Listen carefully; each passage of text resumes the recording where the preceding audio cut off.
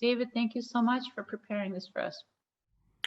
Thank you. It's been a lot of fun preparing it, and I hope that I'll be able to develop it much more deeply. So there are four things that I'm going to go over. First, I'll introduce the topic by talking about architecture at scale, which I think makes obvious a lot of everyday problems that arise in architecture, but they're really in your face when you talk about large buildings. Then I will talk about the general problem of legibility and how architecture can enable legibility. And then I'll talk about how I think science is involved in this and going to be ever more involved in this, and that has to do with big data. So we're talking about, just at scale, these very big buildings. Now imagine you as the designers you are, practically all of you are practitioners or are sometimes practitioners. You're designing a huge building. Here's your brief. At least part of it is going to involve a floor plate for 10,000 people with hundreds of meeting rooms. How do you distribute those meeting rooms around? What principles do you call on, and then how do you justify your choice? And obviously, equidistant or equivisibility is not going to be the primary or the central concern. And then how do you test your design before you commit? That's one obvious problem big buildings raise. Another one is conceptual grouping. So you're bidding on the Dubai Mall, which is 12 million square feet. How do you organize and communicate the regions that are in that mall? I mean, it's really, part of it is like a souk, a big bazaar with different regions and stuff. But how do you communicate it with the modern language of design? It's a big building, and there's zones, and then you've got curves, and what are the meanings of the curves, the conceptual identities of little regions. So when people come into that gigantic place from any of the numerous entrances and exits that there are, they have to be able to guess where the shops they want are. You could have conceptual aids, informational aids like big charts and stuff, but really we don't want to use those. So we want to have non-linguistic methods by which people can figure out where they want to go. And then how do we design it in such a way that the next time they can remember them? So what cognitive principles do they call on, and what cognitive principles do you as designers call on to justify your choice of a design? And then how do you test your design against others? So here is a Zaha Hadid office complex and mall. And what I want you to look at is, imagine your job is to guess where the shops are that you want.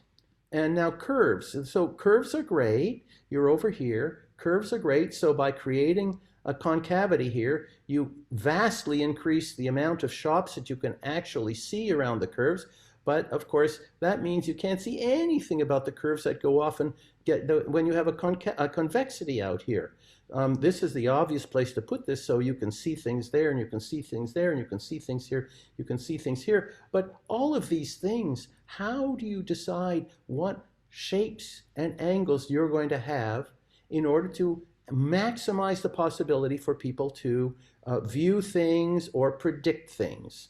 And curves help and complicate the notion of a region. These are sort of regions. So now let's go back to your imagination problem. So now, I was mostly looking there at a single level, although it was multi-level. We could have looked at multi-levels. Now imagine you've got a multi-level problem. So your mall spans many stories. So how can people find or guess where the shops are on higher floors? What can they see from every point as they move?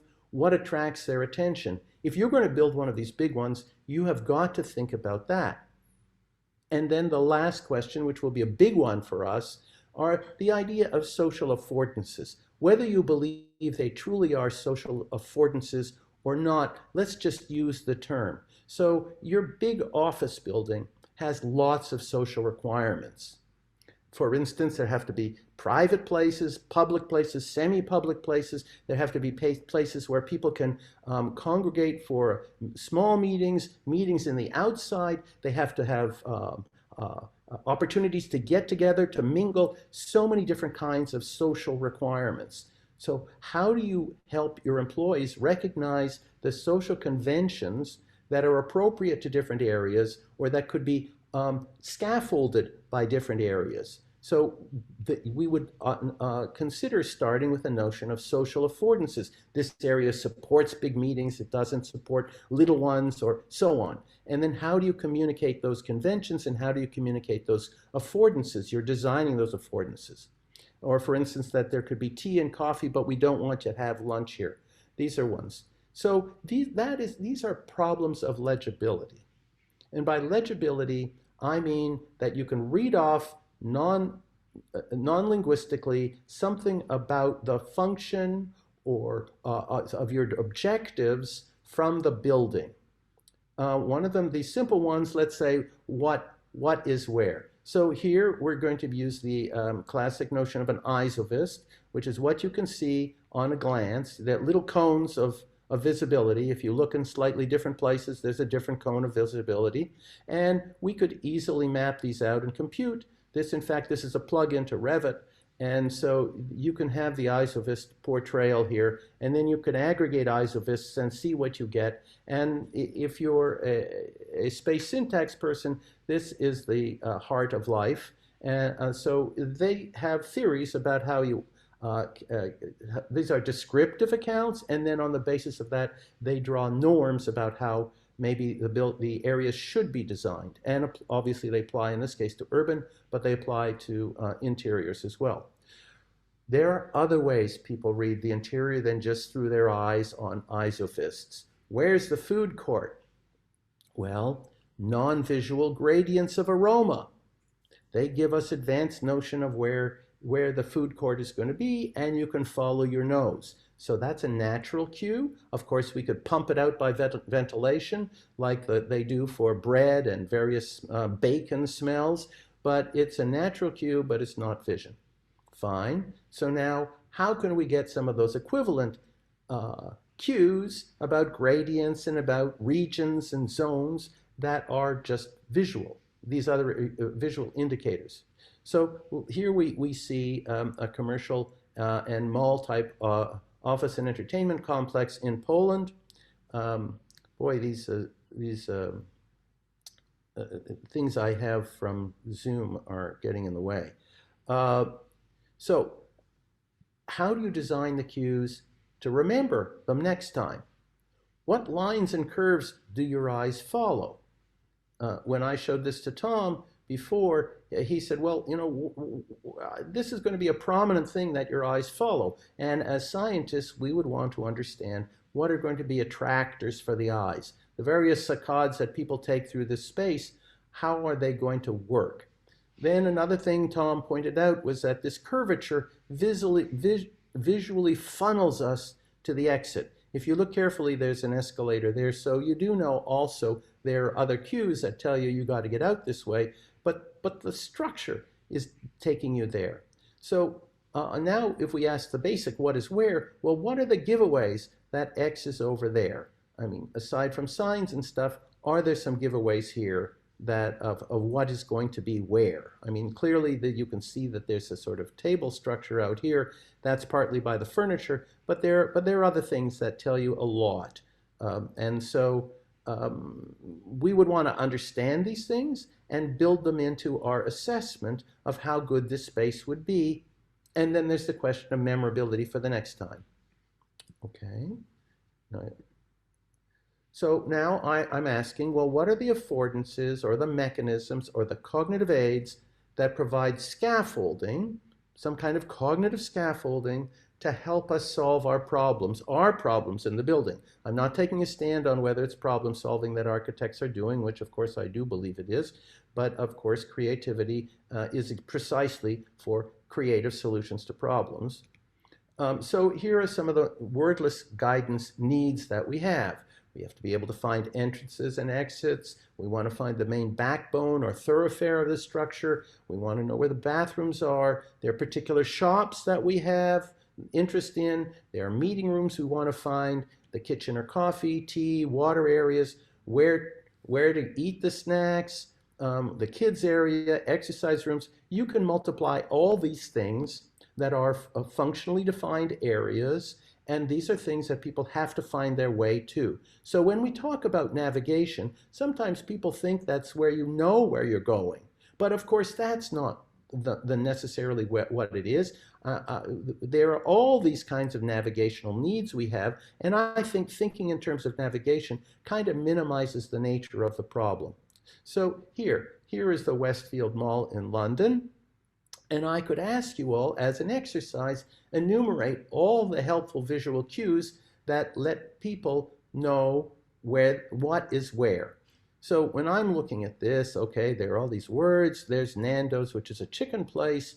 Oh, there's an escalator. That's got to be important. There's another thing. So I'm thinking this area is of some importance. Now, this is a clear visual giveaway. So this is something important, a low roof over here. I can see you can get on top of it too. Something's going on up here. Actually, I think it's a cinema, but this is surely going to be some kind of food courty kind of thing, and that's what I think. Then down here, you can see that they have the floor marked, and that maybe is either to make it more visible, or maybe it's to give the people there a sense of enclosure. So if we were to ask in advance, I have these predictions, what supports my predictions of the effectiveness of these different visual hints? These tree-like supports, they're more than just supports. They're there architecturally to also help us understand where something is and then to use it as reference linguistically.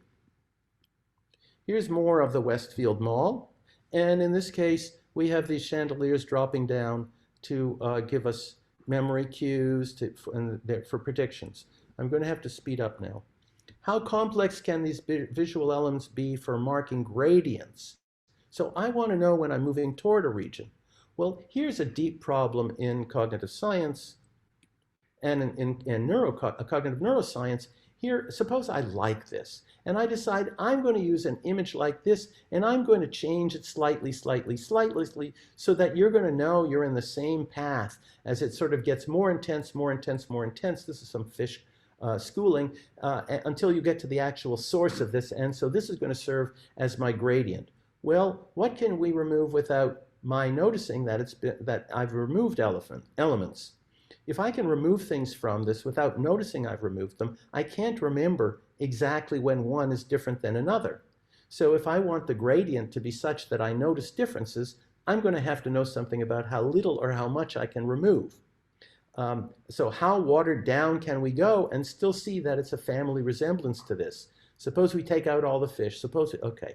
So how memorable is this? How easily confused with similar but non-identicals is it? How visually complex can identifiers be? What are the salient dimensions of visual difference?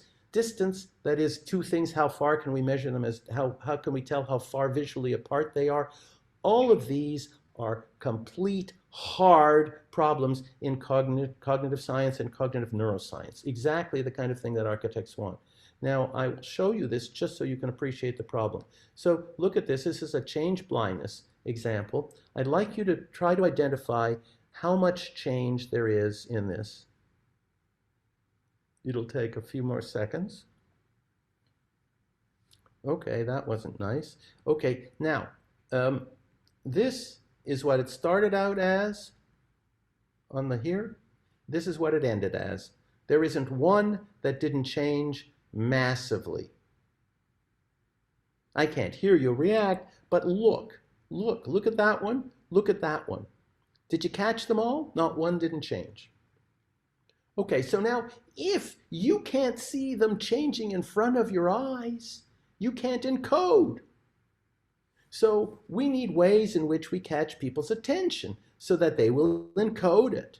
So there are standard tricks. Again, we can measure these, we can understand these, we can evaluate these. So obviously you can change something against an unchanging background, that makes it stand out. Motion is the same sort of thing. We could use pointers. There's an odd man out, strange color. There are lots of ways in which situations will call attention to things. But these are things that we need to know.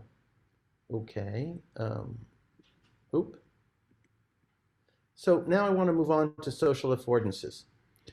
So that last one was about what is where. The social affordances are these zones, territories, regions, activity spaces that are there to encourage certain types of social interaction. Obviously, you know what to do in this area and you'd go toward it. So I say, where shall we meet to discuss the project? Now, you may not like this structure, and certainly Alan will comment and tell you he doesn't like this structure. Part of it is the panopticon, but if you can get past that, I just want to ask you, where would you propose a three-person meeting? So this is obviously goes on in different ways. It's a big building. So where would you propose? So you're looking around, but you can see lots of things. Can more be done? What are they doing with the lighting? What are they doing with the curves? What are they doing with the raised in the floor? Are there gradients on the floor? Are they using colors? Now this is a very dull image. It's practically one monocolor. So this is not a good example of what it could possibly be done, but at least we can look at the visibility question.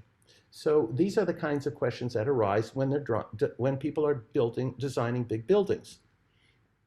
Now, some of the things we want to create sort of affordances for, so people can recognize them. We might call them zones or territories, regions, areas. So there's the security area, there's the greeting area, often the same place. There's private, semi-private public spaces, a quiet conversation area, intimate conversation areas where no one's likely to come past. There are meeting rooms, open meeting spaces, small teamwork arenas, presentation areas, creative spaces, quiet spaces. You can be louder. All of these we're reading off of the building. So how do we know that we're designing well for that? Here's an example of one of these, if you don't like parametric stuff, you can design it your own way. Here's a parametric example of trying to deal with the problem that most modern companies like Google, Facebook, all of these big companies have prodigious amounts of money to spend, and they have this problem. Google gives 20% of their time, all staff have 20% of their time to find projects they want to work on or invent and propose projects they want to work on. So they need space to facilitate a marketplace of getting together, sharing ideas. So you want to have this kind of incubator space. So we want to facilitate that kind of social interaction. Now here's an opportunity for science. Do we really know that these sort of curves work the way they're expected to? What's the evidence? Can we design a metric that would tell us how good it is? Maybe it has to do with the radius in there. How about what's the effect of undulation? Undulation, I'm calling that. Should we build the metric that we discover a metric that really predicts how well people are going to aggregate and so on? Should we build that into a generative system that comes up with 1,000 different kinds of designs of this? Or should we just use it to evaluate the designs we come up with? That's a big question. So here are some architectural methods for demarcating these social changes or these areas of social affordances.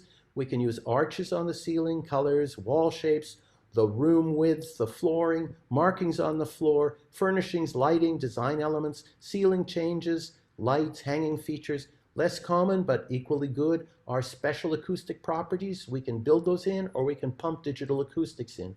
We could have sound explicit. We could have floor gradients, aromas, friction on the floor, visual textures. People pick up on all of these things. How do we build the multimodality into the effectiveness of our design? So here, I haven't got time to go over these. These are some of Schumacher's stuff, and here's more of some Schumacher stuff, trying to work on these kinds of problems. The last thing I want to talk about for 1.5 minutes is how science is going to evolve and is evolving to help us develop the necessary principles. So this is the kind of science that I believe is about to happen. We take videos of natural activity and context, and we classify actions and architectural contexts in which we're having people acting. Sorry, that's 1 second. We classify them in terms of actions and architectural contexts. We make models of the agents that might act in these ways. And this is not constraining, right? This can handle all of Maria's newly created new behavior forms. They are just things that are happening in architectural contexts. They just happen to be low probability, low frequency actions, but that's what she specializes in. Then we make models of agents Then we simulate the agents in designed environments, and we simulate them thousands of times, and we discover there's all these emergent behaviors. We classify the emergent behaviors. We observe real agents in these designs, or we create charrettes in which we have people, and we run around this circle. So this is what is about to happen. So now, okay, as of last year, in Europe, you were only allowed to take videos and for anonymity, only take a point on the top of a person's head. You can have a lot of information about what they're doing just on the basis of how that head moves up and down or moves through space. But now you can have arbitrary number of points on a person as long as they're just points on a person and build them into stick figures. On the basis of that, we can figure out a lot of the activity that people are doing. So we're going to have lots of cameras in real building, completely anonymized by making them into stick figures. We'll then use ethnographic methods to identify, classify the actions in architectural context. We'll machine learn these behaviors, so we'll cluster them into, what the equivalence class of behaviors are, implement those behaviors in game engines, and then simulate and classify emergent behaviors. So we've done that, and so we do these simulations also with respect to, let's say, our own offices. And you see these zones are sometimes not necessarily demarcated in the ground. They're through an arch where you move through in the various settings, furnishing settings. They're all kind of semantically tagged. There's a difference in terms of interaction mode with a meeting table, a couch, a bar, etc., etc. So that is what we're going for, and Okay, now they don't have any science behind this. They're desperate. They need all the science behind this. And this is what's going to happen. We will design a model that has social behaviors as well as the concern with isovis and finding things. And then we will run it thousands of times and see what the distribution of activity is. Then we'll change the assumptions, see what the distribution of activity is. Then we go to the real world, compare it, and keep coming back. I believe this is exactly what's going to happen, and I save everything for later. Oh, okay. Now, that's the end of my talk. I'm sorry I'm talking so fast. Now, Alan is going to talk for 11 minutes. I'm sorry. It shouldn't be that long, but it is. And I'm going to give a 45-second reply, and then Tom will have the floor. So that's our